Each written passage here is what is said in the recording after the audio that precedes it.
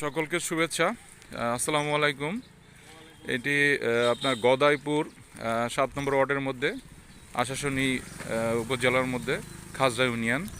তো এইখানে আমরা যে এন্ডার ঢম বলে, এই ঢমে বিশেষ করে উন্ডা আসছেন হলো কোথা থেকে আসছেন আপনারা? কাঠামার এখান থেকে কয় কিলো হবে?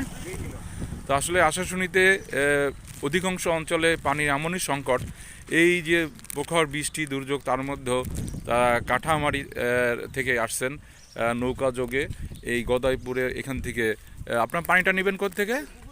পুকুর থেকে। এটা কি খাওয়ার জন্য? খাওয়ার জন্য তারা এইখানে পুকুর থেকে পানি নিয়ে খাওয়ার জন্য নিয়ে আসছেন। তারা আসলে এই আশাশুনি উপজেলার অধিকাংশ অঞ্চলেই পানির নিরাপদ পানির খুবই সংকট।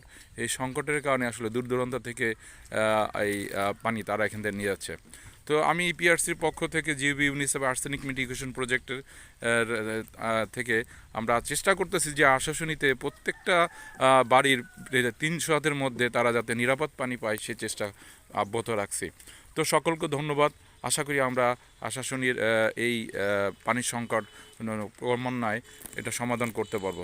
তো আসসালামু আলাইকুম, ধন্যবাদ সকলকে।